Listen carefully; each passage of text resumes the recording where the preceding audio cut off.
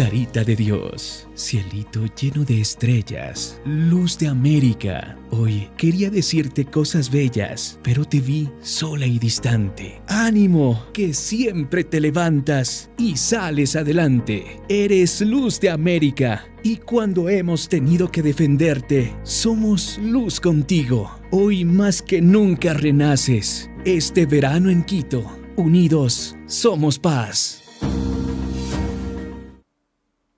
Estamos de regreso en este informativo y hoy está junto a nosotros María Eulalia Silva. Ella es presidenta ejecutiva de la Cámara de Minería del Ecuador. Con nuestra invitada vamos a hablar acerca de los resultados frente a la consulta en el Chocó andino. Señora Silva, buen día. Bienvenida a los medios comunitarios de Corape.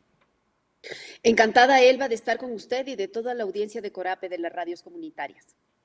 Gracias por su tiempo. Señora Silva, el sí se impuso en las 4 preguntas sobre el Chocó andino. Colectivos ambientalistas lo consideran como un triunfo. Desde la Cámara de Minería, ¿cuál es el pronunciamiento?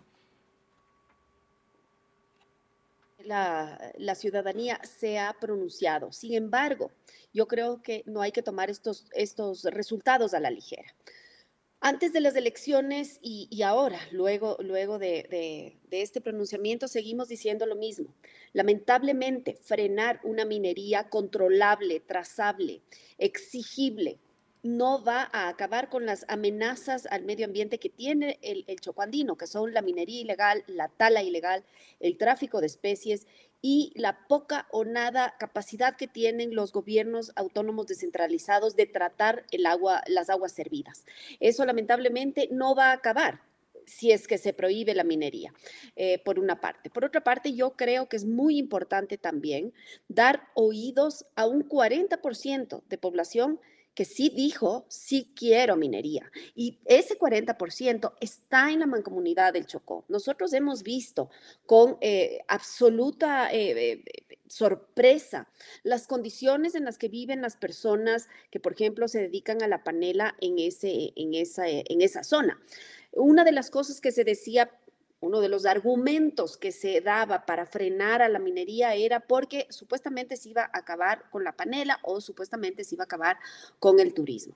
Eso no es así. No porque haya minería se va a acabar con el turismo o panelería, pero también nos llama la atención profundamente cómo estos grupos ambientalistas, que por cierto no son de la zona, sino que han llegado en los últimos años a la zona financiados por organizaciones extranjeras, hablan de que la panelería es casi que la panacea para el desarrollo de la zona. Eso no es cierto.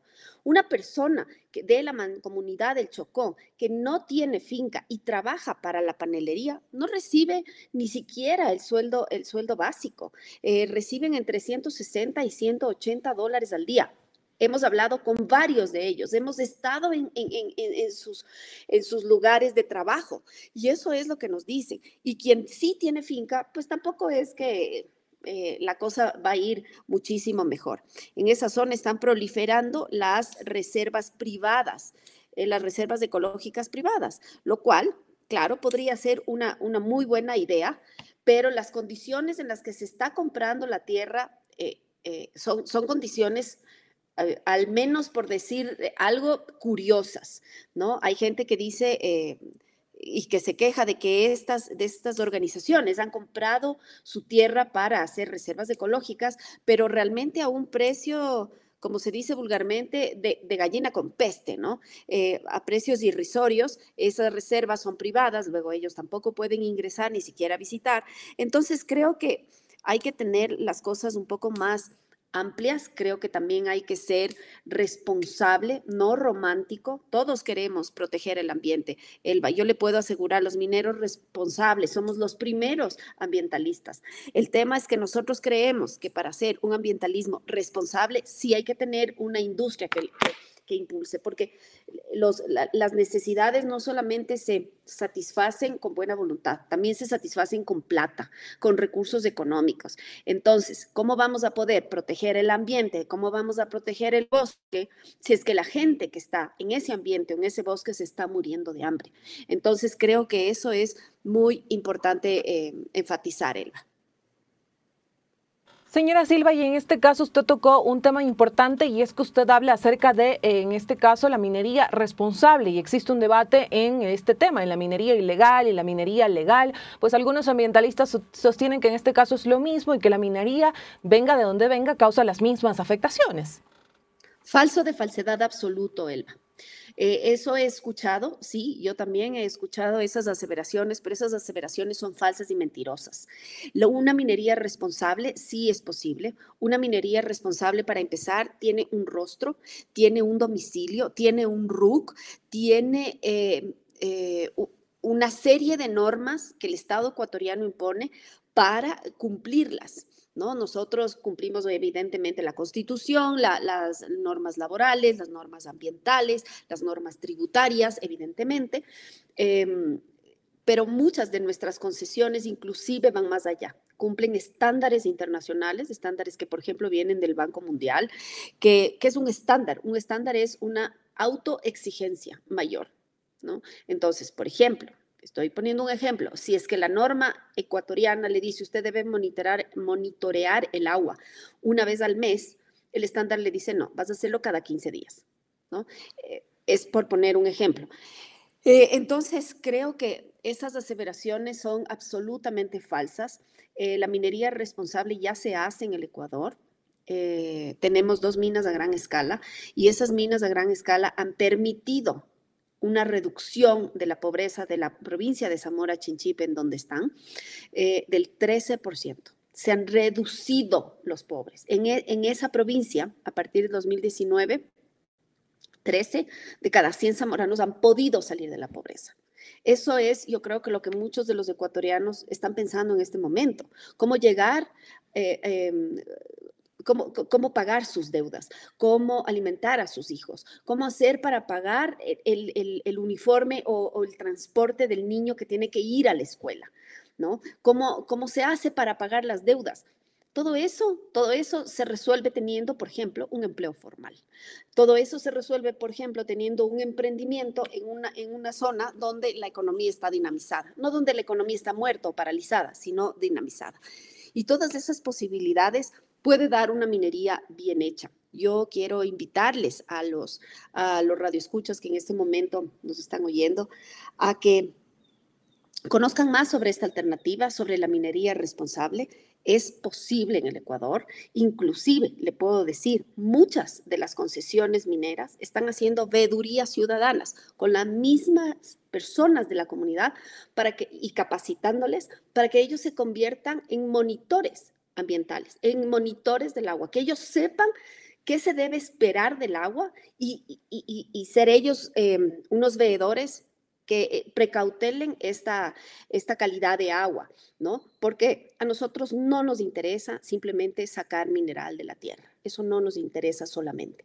Nos interesa sacar mineral de la tierra, hacerlo responsablemente, hacerlo en beneficio del Ecuador, de los ecuatorianos, pero nos interesa sobre todo progresar con la comunidad. Señora Silva, y en este caso también consultarle algo. Una vez que se decidió decirle no a la minería en el Chocó andino, ¿qué sigue? ¿Qué pasa en este caso con las concesiones mineras que se señala fueron otorgadas en esta zona? A ver, no es reversible, no es... eso también andan diciendo los ambientalistas, que todos tienen que salir, al menos por consulta popular. Eso no es así. La sentencia de la Corte Constitucional que da paso a esta consulta popular claramente establece que los efectos regirán a futuro. Las 12 concesiones que se encuentran en la mancomunidad del Chocó son concesiones que fueron dadas por el Estado al concesionario y que al hacerlo le otorgaron el título minero.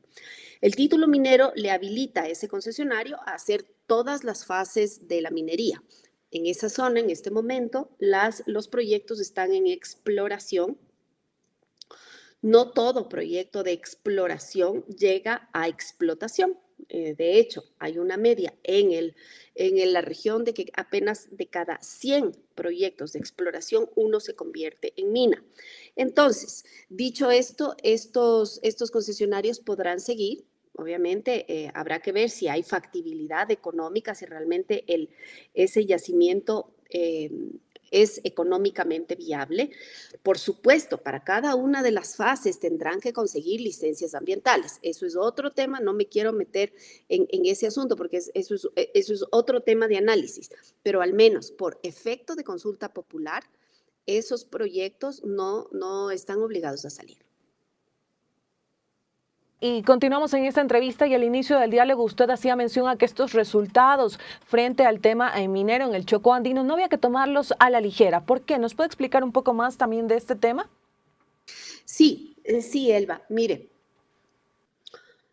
40% ha dicho que sí quiere minería. Obviamente eso no es una mayoría.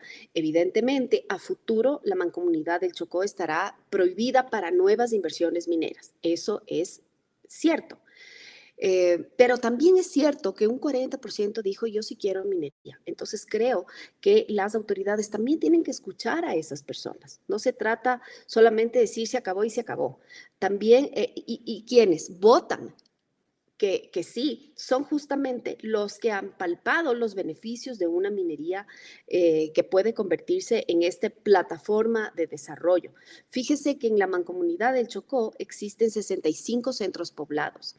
En esos 65 centros poblados hay una media de pobreza que supera el 80%, Elba. El 80%, cuando la media nacional de pobreza es del 32%. Es decir, son zonas muy deprimidas. De esos 65 centros poblados, apenas el 60% tiene una escuela primaria, apenas el 12% tiene un colegio secundario. Hay una línea de bus diaria que entra y sale de esta zona, es decir, prácticamente están a la merced de un solo bus al día. La gente está aislada. Entonces, yo creo que no es cuestión solamente de poner las cosas en extremos, ¿no? O sí o no. Tenemos que entender que tenemos que desarrollarnos. Eso tenemos que hacer nosotros los ecuatorianos como sociedad, independientemente de que estemos en el campo o en la ciudad, independientemente de nuestro credo o de nuestra afiliación política. Tenemos que desarrollarnos. Ese es un derecho de todo ser humano. Todo ser humano debería tener derecho a educar a sus hijos. Todo ser humano debería tener derecho a acceder a servicios de salud cuando lo necesita. Todo ser humano debería tener un empleo. Todo ser humano debería, con los réditos de ese empleo, poder soñar en un mañana. Tal vez mejorar su casa, tal vez mejorar, no sé, sus cultivos, por ejemplo. Debería tener acceso a crédito. Pero la pobreza es la que nos sume en esa falta constante de oportunidades. La pobreza también está relacionada con otras prácticas sociales sumamente complejas, ¿no? Entonces, si nosotros queremos salir como sociedad y tener una mejor vida, no estoy hablando de una persona o de un conglomerado, estoy hablando de toda la sociedad ecuatoriana. Si queremos tener una mejor sociedad, una mejor vida, también necesitamos preguntarnos de dónde vamos a generar empleo, de dónde vamos a generar, por ejemplo, el emprendimiento. Hay gente que no quiere ser empleada, pero sí quiere sacar adelante su emprendimiento. Pero ese emprendimiento necesita una demanda, necesita un público al que llegar. Y eso se consigue cuando las economías están dinamizadas. Fíjese usted, de toda Latinoamérica, el país con menos pobreza es Chile. El país con menos pobreza. El 90% de la población chilena está en una clase media o más arriba inclusive. Es decir, prácticamente han abandonado la pobreza. Hay todavía un reto de un 10%, pero es el país donde más clase media hay, donde más oportunidades hay. ¿Y con qué se han desarrollado? Preguntémonos, ¿qué es lo que hace Chile? La respuesta es minería. Obviamente tienen otras industrias, sin duda alguna, pero por ejemplo, le voy a dar un ejemplo, en Chile, la industria del vino, que es tan famoso el vino chileno, no aporta ni la mitad de lo que aporta la pequeña minería.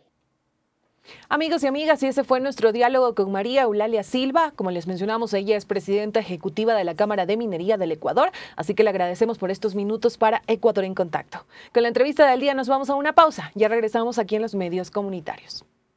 Carita de Dios, cielito lleno de estrellas, luz de América. Hoy quería decirte cosas bellas, pero te vi sola y distante. Ánimo, que siempre te levantas y sales adelante. Eres luz de América. Y cuando hemos tenido que defenderte, somos luz contigo. Hoy más que nunca renaces. Este verano en Quito, unidos somos paz.